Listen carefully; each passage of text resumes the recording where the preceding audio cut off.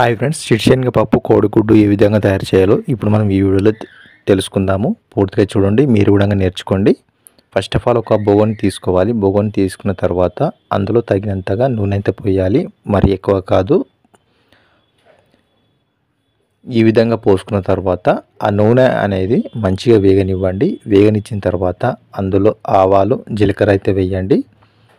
జీలకర్ర మీ ఆప్షన్ అన్నమాట, కానీ వేసుకుంటే చాలా టేస్ట్ అయితే అవుతుంది. తర్వాత మీరు ఏదైతే కోసుకున్నారో ఉల్లిగడ్డ, ఆ కోసుకున్న ఉల్లిగడ్డ అయితే ఆ నూనెలో వేయాలన్నమాట. ఈ విధంగా వేసిన తర్వాత మంచిగా వేగనివ్వండి. అదేవిధంగా కొద్దిగా వేగిన తర్వాత అందులో పసుపు అయితే వేయాలి. అదేవిధంగా అల్లం ఎల్లిగడ్డ కూడా వేయాలి. ఈ విధంగా వేసిన తర్వాత బాగా కలుపుకోవాలి. మెయిన్గా ఏంటంటే కారము, పసుపు, అల్లం ఎల్లిగడ్డ ఉండలు లేకుండా మంచిగా కలుపుకున్న తర్వాత అందులో శనగపప్పు అయితే వేయాలి. మరి ఆంధ్రాలో ఏమంటారో తెలియదు, ఒకవేళ మీకు తెలిస్తే కింద కామెంట్ అయితే చేయండి. ఇక్కడ తెలంగాణలో అయితే శనగపప్పు అంటారు ఈ పప్పును, మళ్ళీ ఆంధ్రాలో ఏమంటారో మాకైతే తెలియదు. బట్ మీకు ఏమైనా తెలిస్తే మాకు కామెంట్ అయితే చేయండి. ఈ విధంగా అయితే పప్పు అయితే వేయాలి. మెయిన్గా ఏంటంటే ఇందులో మనం కోడిగుడ్డు వేసుకుని శనగపప్పు కోడిగుడ్డు చాలా రుచికరంగా ఉంటుంది. ఒకసారి అయితే మీరు ట్రై చేయండి. రొట్టెలకు కానీ, అన్నంలకు కానీ, పూరీలకు కానీ చాలా బాగుంటుంది. ఈ విధంగా మంచిగా మసలనివ్వండి. ఉడకనివ్వండి. ఉడకనిచ్చిన తర్వాత అందులో కొద్దిగంత కారం వేయండి. సప్పగా ఉంటే కూడా తినబుద్ధి కాదు, మంచిగానే వేయండి కారము.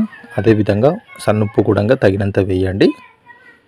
వేసిన తర్వాత చాలా బాగా మంచిగా కలుపుకోవాలన్నమాట. మెయిన్గా ఏంటంటే ఉండలు లేకుండా చాలా జాగ్రత్తగా, నిదానంగా, తొందరపాటు లేకుండా మంచిగా కలుపుకోవాలి. అదేవిధంగా అందులో మీకు నీరు తక్కువ అనిపిస్తే నీరు అయితే కొద్దిగా అయితే పోయాలన్నమాట, మరీ ఎక్కువగా పోయొద్దు. తర్వాత కొద్దిగా అయితే ఉడకనివ్వండి. కొద్దిగా ఉడకనిచ్చిన తర్వాత అందులో గుడ్లు, మీరు ఎన్ని గుడ్లు అనుకుంటారో అన్ని గుడ్లు అయితే వేసుకోండి. అది ఆప్షన్ అన్నమాట. మీరు 4 అన్న వేసుకోవచ్చు, 5 అన్న వేసుకోవచ్చు, 6 అన్న వేసుకోవచ్చు. ఎన్ని గుడ్లు వేసుకున్నా కానీ ఏం కాదు. బట్ మెయిన్గా ఏంటంటే ఇక్కడ గుర్తుంచుకోండి, ఒకవేళ మీకు ఉప్పు అయితే తక్కువ అవుతుండొచ్చు, ఉప్పు కారం కానీ తర్వాత కూడా మీరు మరలా వేసుకోవచ్చు అనమాట. ఈ విధంగా గుడ్లు వేసుకున్న తర్వాత వాటిని అయితే కలపకూడదు. ఎందుకంటే ఇప్పుడు మీకు అర్థమైతే చూడండి ఎందుకు కలపొద్దు అన్నాను. ఈ విధంగా మనకు గడ్డలుగా అవుతుంది. ఒకవేళ కలిపితే ఏమవుతుంది అంటే మొత్తము ఆ గుడ్డ అనేది ఇచ్చుకపోయి మనకు పొడి మాదిరిగా అయితే అవుతుంది అనమాట. ఇంతే ఫ్రెండ్స్, ఈ గుడ్డు మీరు నేర్చుకున్నారనుకుంటున్నాను. Thank you.